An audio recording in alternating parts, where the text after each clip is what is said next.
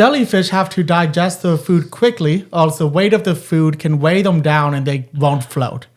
Today, we have a special guest, Duane West, who is an actor.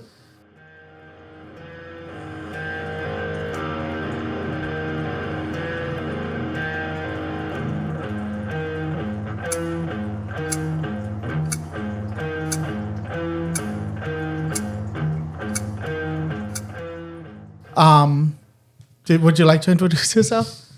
Yeah, hello, I'm Duane West, and I'm a local actor, and I've been in many films, tend to be exact, most being horror films, and I actually have to pull up my phone because after being in so many of them, I have to. So I've been in Haunted House on Sorority Row, Scare Waves, Amityville No Escape, The Funhouse Massacre, a romantic comedy called Making Out, and Nothing Good Ever Happens. Two westerns called Calamity Jane's Revenge and Jesse James Unchained. And I've been in The Babysitter Massacre 2, Sleigh Bells. That's in late stages of editing. And I'm currently working in a film, in the whole movie called Bloodbath 3D. That will be on Troma now. And it will be on DVD and Blu-ray in select theaters across the world. And that will finish wrapping in January and will be out around Halloween time of next year. Exciting. Is this your first movie that will be in theaters? Or No. Have you done... some of my films have actually been in theaters already. And I've actually seen most of my films on the big screen through private premieres at Inglewood Cinema. The Funhouse Massacre was in theaters across the nation. Scare Waves was in select theaters, and some of the other ones were actually in select theaters as well. Mostly the East Coast and Chicago picked up some of them. Yeah. Do you like going to like the premieres and stuff? I know some actors just don't like watching their own stuff. I love going there and just seeing the audience's reaction and just to see the work you did on the big screen and how it turned out is pretty good because you don't get to see the scenes or what you did until after it's been edited and it's fully done. Yeah. Okay, did you have questions? I'm sorry, Eric. I normally don't jump in first, but... No, you just, I'm proud of you for once. What came first, your love for horror or your love for acting? I'd say horror. I was... I was born in 1980, and in them times, there was very few comedy and action films. It was mostly horror films carried over from the 60s and 70s into the 80s. And we wasn't allowed to watch horror films being young, but we used to take our cartoon VHS tapes, take the covers off the cartoon boxes, put them over the horror boxes, take the VHSs of horror ones, and parents thought we were watching a cartoon, and we actually would be watching horror films. And we got caught, and they realized, it's not scaring us. We're not scared of it. So they just left us alone and let us watch that. And it was the artwork on the boxes that actually attracted me to the horror films and how neat they looked. And when I watched them, I wasn't really scared of any of them and thought they were fun. Is there an artwork that points out to you in your memory that was the one that you're like, wow, this is cool? The Children of the Corn, the original Children of the Corn. That was box a good always one. Fascinated me walking by it, and that's kind of what grabbed me at first. That is an incredible movie. Do you have a favorite horror movie? I would say probably my favorite one would be My Bloody Valentine 3D was always my personal favorite. That was a good one. And I even got married on Valentine's Day because I love movies so much. Now I'm divorced, so it just gives me an even more. Yeah. So it's kind of one of my personal favorites as well as Prom Night. My type of films are the revenge killers. They don't kill just to kill. There's a reason why they do what they do. And when you find out why at the end, you kind of are rooting for the killer at that point versus the victims. Yeah. And it was films kind of like Prom Night, Slaughter High, The Prowler, and Terror Train, movies like that. Who would be your favorite horror icon? My favorite icon is probably Harry Warden from My Bloody Valentine. That's awesome. And he's Yeah, that's also a good- revenge Yeah, that was a good movie. Okay. I'm trying to let you get in more questions here, but Yeah, I blanked. I'm sorry. So what got you into acting? Well, when I was little, I used to go to haunted houses, and younger, and I realized I liked the animatronics, the lighting, the setup, and then I knew it was all acting they did. I thought it was really fun, and I did some acting in school, and I really didn't like the stage acting because I was nervous with the whole auditorium full of people, and if you mess up, that was it. So, and versus films, you can edit a lot of stuff and retake and reshoot. So after doing a couple plays in school, I realized how fun they were, and I always said one day I wanted to be an actor. But a lot of people said it's hard to be an actor around here because most acting's in California or New York, and then found out later Ohio is, and it may have changed, but at one time was the third film producing state in the nation because of the well-known cities we have and all the landscapes and stuff versus the other areas. Yeah, I mean, look at it. They just shot Superman here. I was about to say that. They just shot Superman. We have well-known cities like Cleveland, Cincinnati, Columbus. I want to say all the major Avengers films, they have a lot of shots from Ohio, too. Ohio is a very big film producing state. Yeah. A lot of the Lifetime movies are filmed in the Cleveland area. I didn't know that one. Yeah. I know a lot of people use like our bigger cities because it still gives that city feeling without being as crowded as somewhere like New York. You can still see the bigger buildings and it still feels like a big city. And most films are kind of getting away from sound stages and studios as well and getting more into real life settings too. Yeah. It helps make it more believable.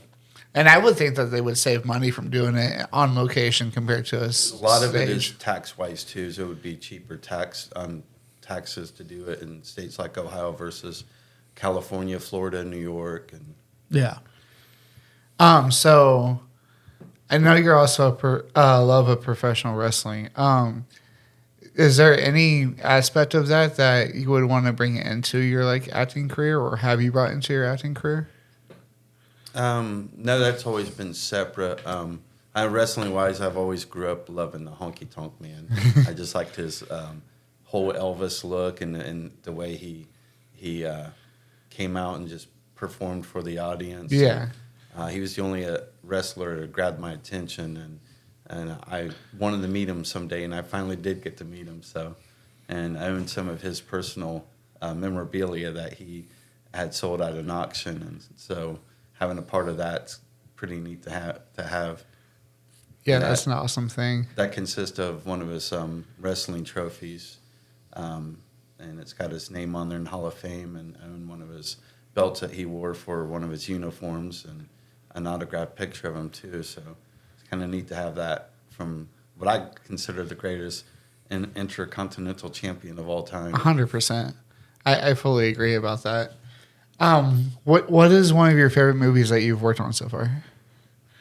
Scareways was probably always my personal favorite. But now I think this new one coming out is going to be probably my favorite because the amount of gore and blood in it's going to be well over the top. It's going to be up there with like Terrifier, and it's the gore level on it's just unbelievable, and it's the first film where I would probably be in the whole film for most part of it, and the fact it's already won awards and it's not even out yet. Oh, that's and awesome! So the film's going to be well received, and it's already got companies wanting to pick it up and distributors wanting to pick it up as well, and it's already gained attention for streaming services as well, and it's not even out yet. So I think that film's going to take off to be pretty popular and one of my personal favorites when it's all done. Can you give us some insights on it? Like, what is it about, and who are you playing in it? So it's a zombie film, and so how movies work usually is if you are an extra in a film, you're just placed wherever you're at. And if you're in a small role, you get, which is most of my films were small roles, you only get a the script for your scene and your scene only, and that's it. And you don't know anything much about the film till after it's all said and done. And if you're in a whole movie, you get the whole script and know everything. But I got family and friends that say, "Did you get killed in there?" And you can't talk about it until after it's been aired because of contracts and stuff you sign. So I got it so badly want to tell them, but I can't. But I think the Bloodbath 3D is going to be my personal favorite one I worked on so far. Yeah, I don't know how people keep those secrets for a while. Like every time somebody in Hollywood or something leaks something, I get it. Because I would be so excited just to tell everybody what happens in the movie. So I think that... Ruffalo. I mean, Tom Holland's supposed to be very bad Him about it. too, But, yeah.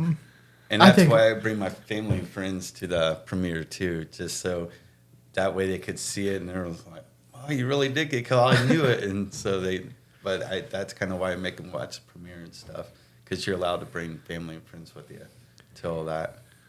Do they all support you in the acting? They do, and I like what I do without the publicity. I don't want to be too big where I can't walk down the street and get bothered and stuff. I enjoy what I do without the publicity because I love the art, the passion for it. So I have family and friends, they're friends with me on Facebook. Very few people actually know I do the acting and stuff. It's something I don't tell many people, but eventually they know. Once they get to know me a while, they know I do all that. So if Hollywood ever called and wanted you to be in a bigger movie, would you do it? Oh yeah, I definitely would. I definitely would. So what like if like the perfect role came, what would it be like for a Hollywood film? Oh, something I would love to be in a Damien Leone film, or Eli Roth. I would love to be in one of their films.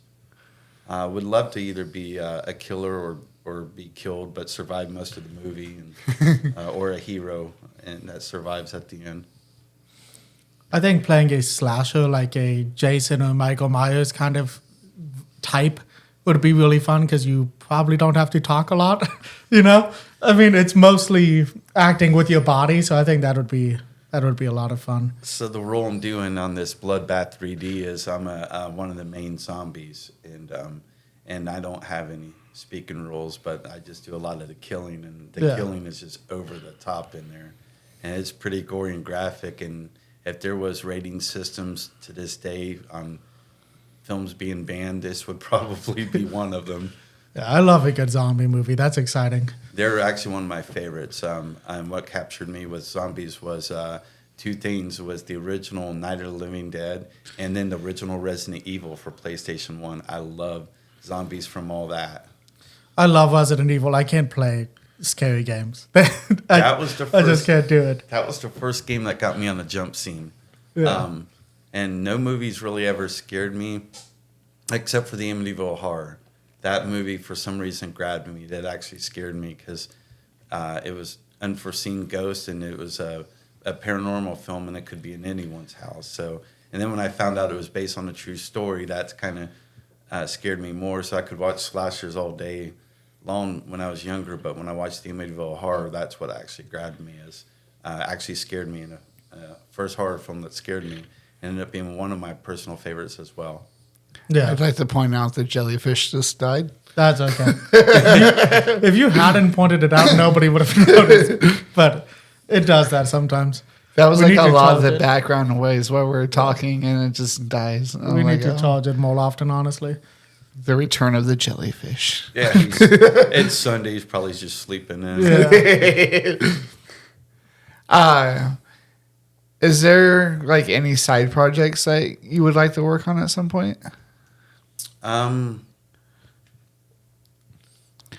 I have ghost hunting equipment, so I would like to get into doing some paranormal stuff. I did a couple of them, and they were really fun. Wait till you meet our next guest. Yeah, we have ghost hunters coming. That's crazy. Yeah. It seems like a lot of fun. I've had friends that have done like the ghost tours and stuff with those guys. It seems like a lot of fun. I think that stuff's fascinating because I like to watch a lot of paranormal shows, stuff with aliens, UFOs, cryptid creatures. So I find that really fascinating. Yeah, I love cryptids. I know Ohio is a really good state if you want to go ghost hunting because there's a lot of stuff. We actually have a lot of cryptid creatures here too that are reported. Is there one haunted place like locally that you would want to go to, like top list?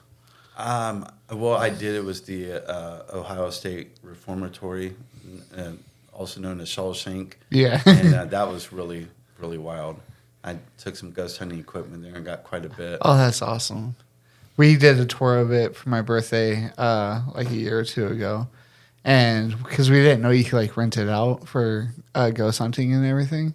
So like now that's like top of my list. I want to do it at some point. Spend the night there. Yeah. Too, so like that's crazy. That's on my list. Yeah, you've got to spend the night one day. That's definitely on my list to do. Is to spend the night there in the lockdown.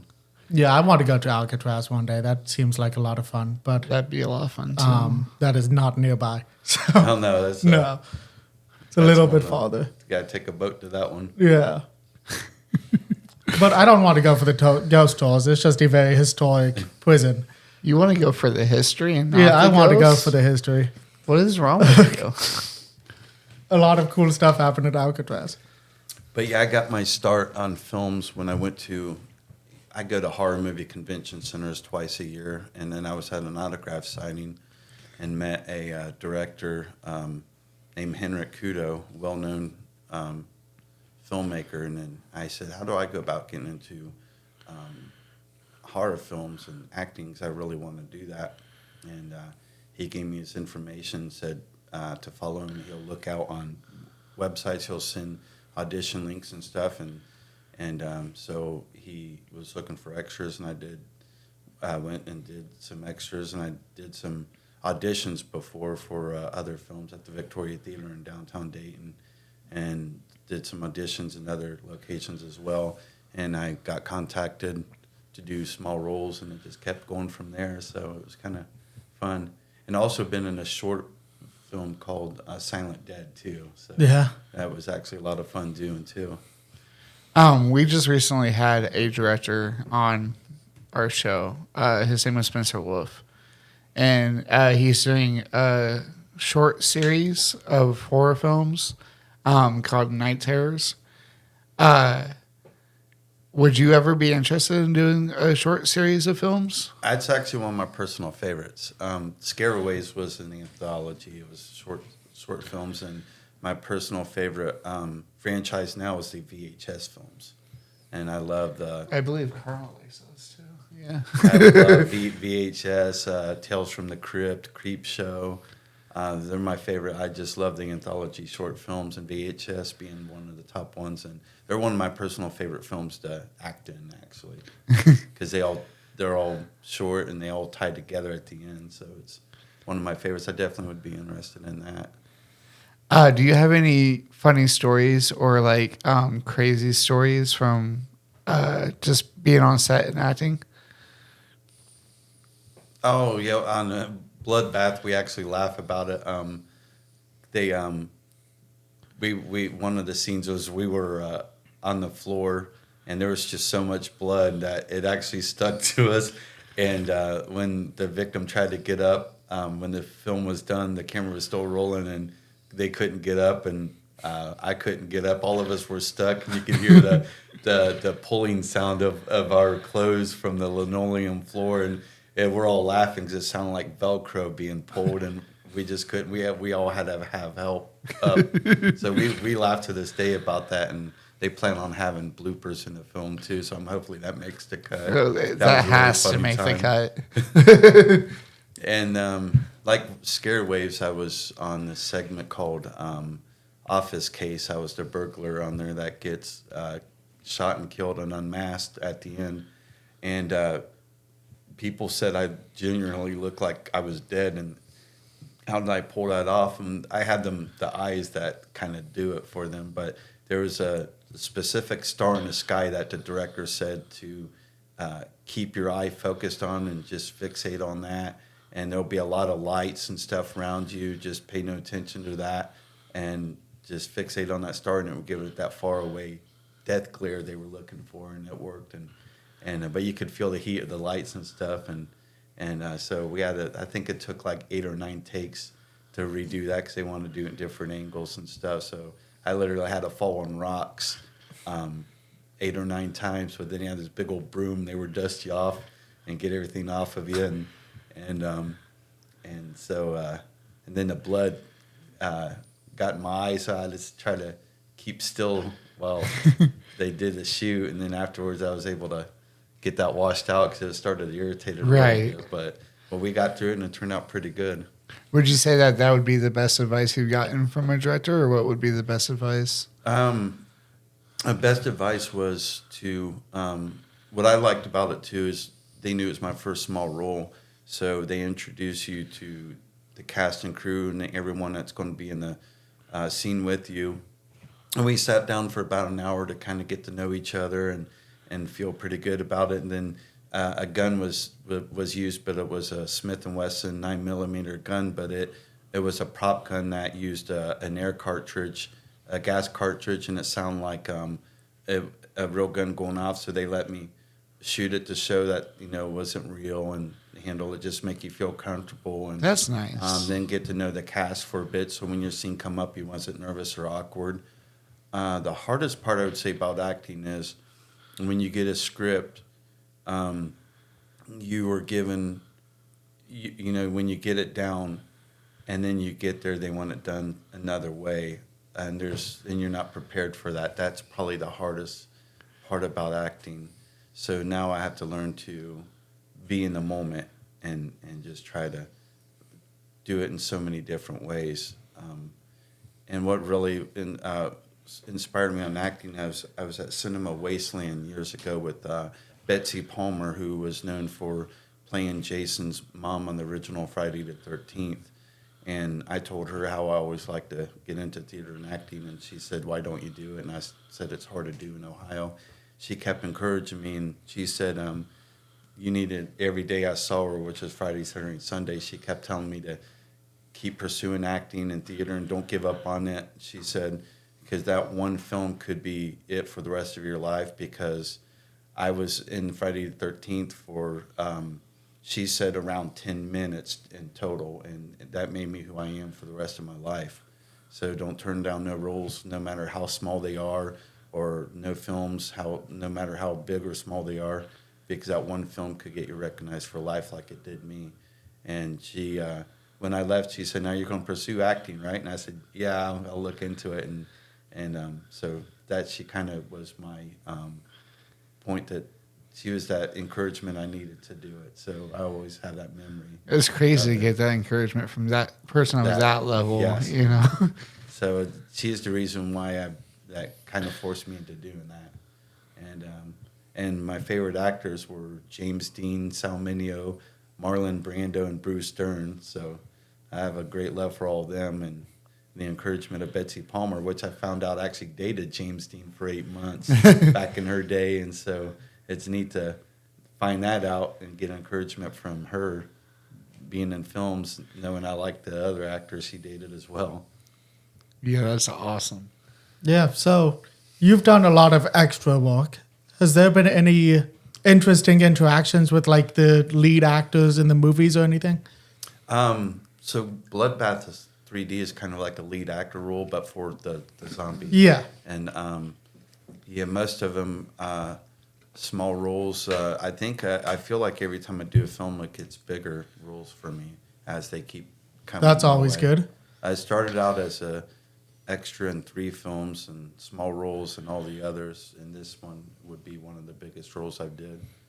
And most of them wrap up in a day or two, and this one will be my 5th time on set, and a 6th time, so it'll be about 7 times on set when the movie wraps with me. And they're all well in around 8-hour days. So it's kind of neat to see. And that's the biggest film I've did so far that took that long to do.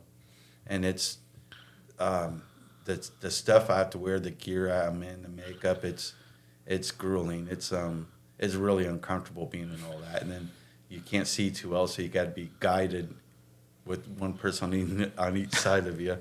And so you can't see what's going on around you. But they do let me see some of the footage and stuff before I leave to show me how cool it looked and how well I did. So that was kind of one of the films I kind of get to see before it's done. But it's all in 4D or in 3D, so the whole movie will be in 3D. So it's going to be kind of neat to see that. Yeah, I have a lot of respect for people who can sit there and have all that makeup and stuff applied to their faces, and like I couldn't imagine doing that. You know what I mean? Yeah, it's really painful. It's just so hot and unbearable. But it's going to be good when you see it and stuff. And I don't think anyone there has worn as much gear and stuff as I have. So is that what pushes you through having to have all that makeup on you? Is just what you're imagining what the end product looks like? That too, yeah. And then just knowing that you enjoy doing it. It's a craft you enjoy doing, and it's also knowing like someday when I'm gone, I'm going to be immortalized in films forever. So, and to be somebody, I'm sure somewhere in the world somebody's having a date night with that movie. To make somebody laugh, get scared, or cry, or just knowing I made their evening on a date, or they're just killing time watching a horror film with their family.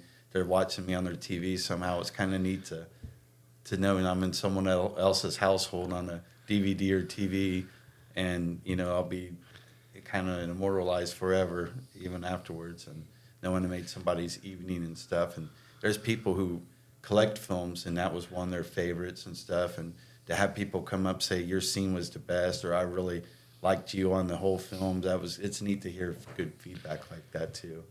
And or I've had people recognize me at conventions before. Oh, really? And they actually were wearing a T-shirt of Scare Waves, and had one person ask me, I have everyone's autograph but yours. Can I please have it? And I would do it for them. That's I never awesome. charge. I said, how much? I owe you? You owe me nothing. I don't charge for autographs. And so it's a lot of fun to walk around and get recognized in a way like that too. But, right. And they're not like overbearing like some of the other actors would get pummeled. They wouldn't even make it 5 feet. So it's kind of neat. It would just be sporadic here and there. So, and as long as it's like that, I don't mind it too much. Yeah, I've been to a convention, and it's crazy that the actors have to be like escorted to their tables because they're just nobody would leave them alone. So, and a lot of them can't even eat out in public anymore, or even make it to their cars. So, I enjoy it, but I wouldn't want to be that big to where you have to kind of put on disguises. And that's how Michael Jackson got around, was he wore a lot of disguises, and we went to amusement parks and stuff, and he had to wear. And so all the other actors took his advice and would wear disguises out in public too, just to get by. Yeah, I think that's something cool about the actors that get to play those big roles where they're playing like the slasher or something, but nobody knows what their face looks like. I mean, there's exceptions. There's like Robert England or whatever that everybody knows what that guy looks like, but there's some bigger actors like I don't know what the Jason Voorhees actor looks like, and I've seen a lot of those movies, but that seems like the ideal thing to me. Wouldn't get recognized as much. Yeah, Them are fun to do too, because you're always wondering what they look like afterwards or under that. Yeah, and those are some big guys. No, I've had people ask me like, what school did you go to in acting? And I said, I haven't been to school. I'm self-taught. And they're like, well, everyone's go through acting school. And I'm like, no. I said, there's people that's acted that's never been through acting school. I don't feel it does help, but I feel that everybody in their life is an actor.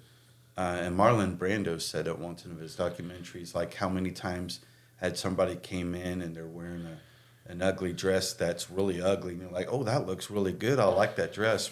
And in your heart and mind that that's an ugly dress and they don't look right in it. But you tell them it is. That's part of acting. So, and I'm like, wow, he's kind of right. And how many times somebody fibbed and sold it as a truth, that's acting. So, and in your lifetime, you have been through every emotion that life can ever throw at you. So you just have to take it out of you, channel it for that film, and then put it back and put it away. So that's kind of what helps me. Yeah. I take some of the emotions and bring it out and then put it back. Yeah, I think acting school can make sense if you want to be a stage actor. I don't think it needs to. You don't need it if you want to do movies. Stage acting, it's nice to know how to project and stuff, I guess. I know I mentioned before we started recording that I love Tim Allen as an actor. He never went to acting school. Yeah, you don't need it. Like It's James just Brolin got his acting started. He just left high school as a senior, is walking down the street and then got asked if he wanted to be in a Gallo wine commercial, and then next one was a pickup truck, like a Chevy commercial, and he got his start just walking down the street. So Yeah, isn't that crazy? that's crazy. Get asked to do a commercial and then take off from there. So there's a lot of actors that never really done all that. And for some people, it just comes natural. Like they just don't need it. It's like I feel everybody can act if they wanted to. I mean, it's just all within themselves. yeah, and all acting school does is help bring it out. yeah. Yeah. You know, Yeah, like I was trying to say, is it's just like it can teach you some of those skills. Like if you want to be a stage actor, you need to learn how to project your voice on the stage and everything. That can be what acting school is nice for. I don't think it's as necessary for traditional acting. I guess it's not traditional, but you know what I mean. Yeah, they got like acting coaches, voice coaches, and some people have a really good voice, so they could do various things with it, and they could do voice acting for cartoons, TV shows, and stuff. Or and there's a lot of people doing that, and they just don't want to appear on screen, but their voice is captured because they can do so much with that. So that's another form of acting. Yeah, I know that people can do. A lot of the voice actors I follow, they started out by like doing parody voices on YouTube and stuff. They didn't get any training, No. They just figured it out. And really, everybody has done funny voices growing up, or just acted like a cartoon on TV, or just said funny stuff and would do stuff their own voice way. I don't think I know anybody that's not messed around with their voices growing up and stuff. And so that's another thing people could do too with it. hell, I have a 6-year-old. I still make weird noises all the time. And we got another kid coming, so I'm sure that's not going away at any point in time. You got any more questions, bud? Not that I can think of. Is there anything you wanted to shout out or anything while you're here? Just watch horror films and learn the history of squids. Yeah. I think what happened to him too is he didn't eat quick enough. He's now at the bottom. Yeah. Yeah. Back to the Yeah, quote. he stopped swimming. Got too full. Just keep swimming. Yeah. Just keep swimming. No, very interesting, but I know if Some you guys crazy ever stuff. do a haunted house one, I got a paranormal one that happened to me years ago. That's always That's always been a. Would you mind retelling the story? I could. So this happened back in late 2003, late fall of 2003. I was living in an apartment complex called Colonial Terrace in Piqua in apartment 34. It was on the 3rd floor. And it was a Friday night. I worked 3rd shift at the time. And I had went to the Mug and Jug in Piqua on 25A with some coworkers, some friends from work. It was my friend Seth Shoemaker, my friend Therese Courtney, and my friend Tony Coverman. We all went there and was watching live bands. And I was drinking non-alcoholic beer that night called O'Doul's. And we stayed about 2:30 closing time. They yelled last call. And then we said our goodbyes, and then I left and went home. And when I parked, it was about 3 o'clock in the morning when I got home. And I went to the apartment, unlocked the door, and went in. And I had a pug dog that was really new. I got her at Petland. So she greeted me at the door and was excited. And then when I shut the door and locked it, I didn't put on no lights because I knew the layout of the apartment.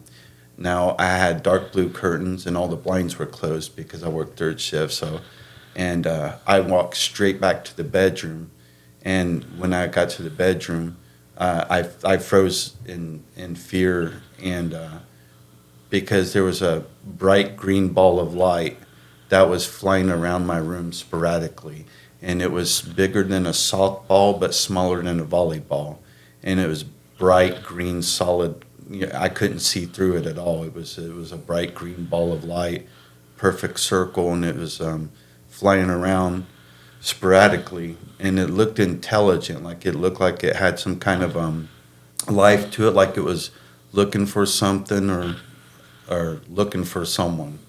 And when it was near the light, or when it was near the bed, the ceiling, or the walls, it would give off an ambient light. Like if you turn on a lamp near a wall, you could see that white glow. Even though it was a solid green color, it would show white near the wall, ceiling, and bed. And I noticed my dog was hair was sticking up, and it was growling at this thing. And it didn't happen like when I walked in. It didn't just happen. It looked like it was already going on, because when I walked up to the door, the frame of the door to the bedroom, it was already happening. So, and then when it just vanished in front of my eyes, I watched it for a good 30 to 45 seconds, and it just vanished right in front of me. And I bent down and picked her up. I walked backwards into the kitchen, and then turned around and bolted, walked real fast to the door, unlocked it, locked it again, pulled it tight, got into my car, which was a 2004 Honda Element. It was sunburnt orange. I mean, it's happened over 20 years ago, and I remember like it happened yesterday. I went across town and went to my parents' house and slept on the couch. Dad got up around 5:30 in the morning, and I said, "What the heck are you doing here?" Because he knew I had my own place. He was just wondering what was going on. And I told him the story, and I wouldn't go back home till he checked it out, and he checked everything out, and everything was fine. And so I went, and I was weirded out by it. I slept on the couch for first couple of weeks, and had a friend named Brian Larger come over, and he only stayed for less than 15 minutes. He came over, and he asked to use my restroom, and I said sure, and he came out, and his color was drained. He was real pale looking, and he sat down, and I asked him if he was okay, and he didn't say anything. I said Brian, I said, "You okay?" He shook his head no, and he said, I gotta get out of here, man, and he got up and left. And I didn't see him for about 2.5 months later. When he finally came around, I asked him what was going on, why'd you disappear that quick? And he said he didn't know how to tell me. And I said, tell me what? He said, I just don't know how to explain it. And I said, well, just try to. I was thinking maybe he got, someone pregnant, he's got cancer or something, some bad news. And I told him we've been best friends, for many years. You could tell me anything. Well, he told me when he came out of my bathroom, he just glanced to his left, and near the foot of my bed in my bedroom was a silhouette of a person standing there. It was featureless. There was no face, no eyes. It was just featureless. It was a solid white light of a shape of a human. You could see arms, legs, head, and shoulders, but there was no features. It just was standing there, and then it disappeared as quick as he looked at it. And so he don't believe in all that stuff, and that kind of jarred him to seeing that now. I don't know what his thinking is on that now. And so then I told him about my story, and then I was seeing a girl who later became my wife, and we're now divorced. But I didn't tell her anything because she would get weirded out. Right. So I was one incident. I was walking through the kitchen to go to the bedroom, and there was a really, really strong static electricity that froze me in place. And there was a sizzling sound in the roof of my mouth, and I don't know if it had something to do with having fillings in my mouth, but it sounded like Pop Rocks. That sizzling sound of Pop Rocks in my mouth. And I noticed my hair was sticking up on my arms and all over. And it felt like when you rub your hair on a balloon, you could feel that static pull. And it was static electricity, but it was also a beer cooler type of cold, and the apartment was warm. The air was on, everything was warm. So that to have that sizzling sound in my mouth, and then that static electricity, it was cold, and then it dissipated. There was nothing there afterwards. That was something that alarmed me too, but I didn't know what it was. Right. And then I took a shower after work and heard loud glass or something breaking. It's like when you walk on fresh ice and you hear that breaking sound. And I cut my shower short and got out, and I went to the direction, which was the living room. And there's a sliding glass door. It was triple paned. And this, when you frame a puzzle and you put a puzzle together and you frame it, that's about what it looked like. The glass in the middle was shattered in billions of pieces, with the outer glasses on each side pressing it, holding it together. There was no BB or pellet marks, no reason for it to break. So I called the maintenance guy, and he came out, and his name was Tom Whitaker, and he came out and asked what happened. And I said I was taking a shower and heard a shattering sound, and he checked everything out. And being the third floor, you need a ladder, a really high one, to get up there anyway. And so there was no reason for that to have been like that. So they called Him's Glass Company, and they came out, took the glass away, and they took the glass and replaced it. And when he came back, I asked him what would cause that, and he told me he's not sure. He said he's been in business for 25 years and he's never seen a glass door do that, and he didn't have an explanation as to why, because there was no pry marks, BB or pellet marks or anything that would cause it to do that. And so that jarred me too, and I didn't think much of it until I put it all together later on. And then when my wife moved in with me at the time, where we were boyfriend, girlfriend, got married, and she moved in with me, that's when I went across town, and she was getting ready to take a shower, and I asked her, do you want me to lock the door behind me? And she said, yeah.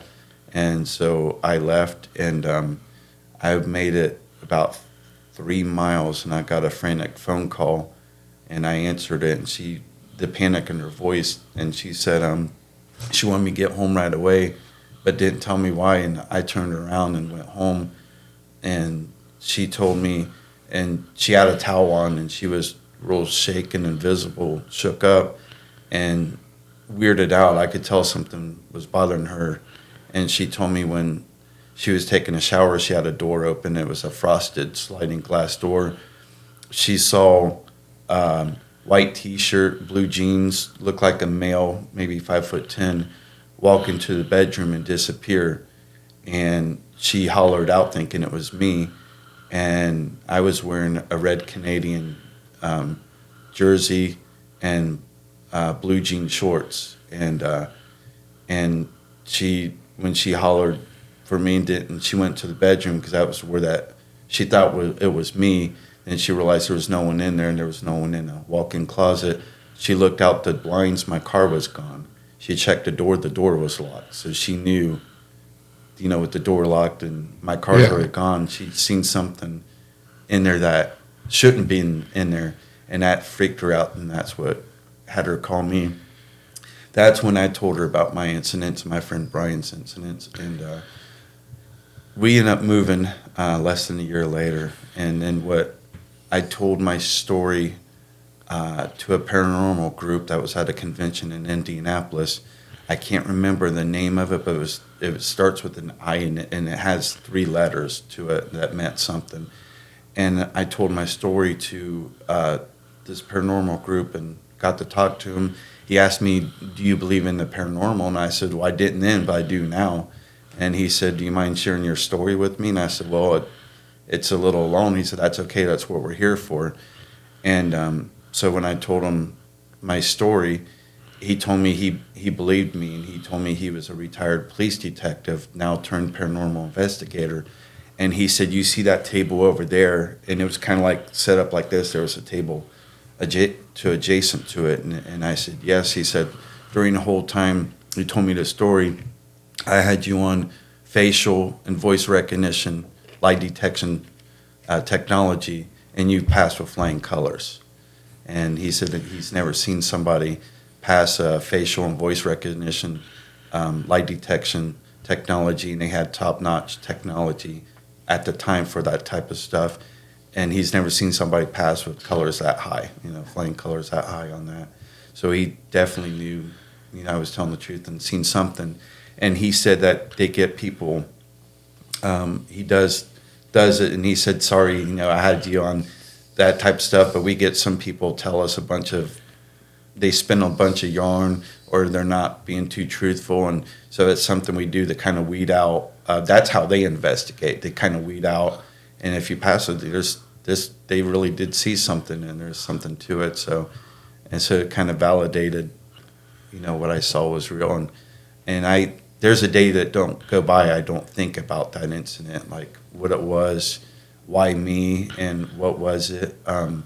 But I lived there for a year before that, and nothing ever happened. But I did work all night, sleep all day, so maybe stuff was happening when I was asleep or at work. But but every time I pass by that area, I always look up towards that apartment and that window and stuff. And I don't think I ever had a day, and this happened late fall of 2003. So it happened about almost 23 years ago, and to think about it today like it happened yesterday, I still remember it clearly, like the cars, the people, everything. I mean, it's something that never leaves you. So that's what got me to paranormal shows and ghost hunting equipment. So I believe there is definitely something beyond our own life. I just don't know what it is, but I know what I saw was definitely 100% real. Now, Colonial Terrace, that's one that's like behind Papa John's. Yes. Yeah, so I'll validate your story a little bit, because I used to live there. It was like the third building. And I had one thing that happened to me, which it might have just been a health thing, but like I was completely fine. I got out of the shower, I was feeling great or whatever. And as soon as I walked into the living room, like I was dead. Like I couldn't move, like I fell to the ground and I couldn't move or anything. And like I felt like crap, like instantly. But the whole time I lived there, like it always felt off to me. Like the space and everything, like, and I understand there's other people that live in the building and everything, but I just hated being alone because it just felt so like eerie to me. You know what I mean? So like that kind of validates your story to me, because like I had weird experience. You know what I mean? I know it was built in the 70s, and it's seen a lot of natural deaths, suicide, because I went to the landlord actually and asked to be moved to another building or another apartment. She said, why? I told her that story, and she told me she believes me, and it's that there's been incidences where people's seen stuff, and it's had deaths and suicides, and them apartments, they were built in the 70s. But when you're facing the apartments, they're set up in like kind of like a you got a left, a middle, and the right-hand side if you're facing them. It was the left-hand building on the first door on your left-hand side. The very first door on the third floor was apartment 34. And it was, and I told people to this day, I would take any lie detector, an actual like FBI style. I'd take whatever test they threw at me and pass easily, because that's like how true that story was. But what jarred me was how something could be solid and you can't see through it, just disappear right in front of your eyes. And a solid object like that, and where'd it come from and where'd it go, and and how it had all this energy and light to it, and just disappear into nothing right in front of your eyes. And so it kind of jarred me on. So it left a lot of questions afterwards. And sadly, those are questions that can never be answered, Oh, yeah. you know?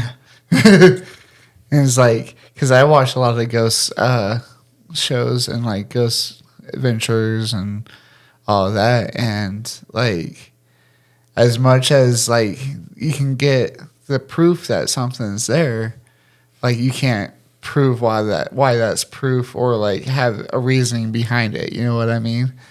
So like that's crazy. I know a lot of times I'll drive by it and it's always empty. That apartment's always empty, because you can see the windows are always shown. There's no curtains or blinds. It's just always empty. I know before my wife, I told her anything about what was going on there. She never liked it. She said it had a really creepy, ominous feeling like she said it was a heavy, dreadful feeling like you're being watched. And she said it sucks the energy out of her when she was there. But when we leave, everything was fine. She felt fine. It's just when she was there, she was tired and just zapped of energy, like there was some creeping dread there. And she said it felt like a heavy weight on her shoulders, that there was something there. I didn't feel, nothing of that. I mean, she did. I didn't feel nothing like that. Yeah, some people are really susceptible Yep, that's what to being able to feel those kinds of energies. And, like, I wish I could. But, like, I mean, I might. I don't know. Because, like I said, when I lived in the building, like, I felt a lot of weird, like, eerie vibes and stuff. But, like, I'm jealous to those who can feel it a lot stronger and, like, have the ability to, like, see things and hear things most people can't. You know what I mean? And see that with the ghost shows when I see their stories and stuff, and I was once, when people say I don't believe in ghosts, I was like them too. I was once that person, and after that experience, now I believe there is something. And then being that whatever was in that apartment was seen by 3 different people, and none of us had talked about it until after it happened to each of us.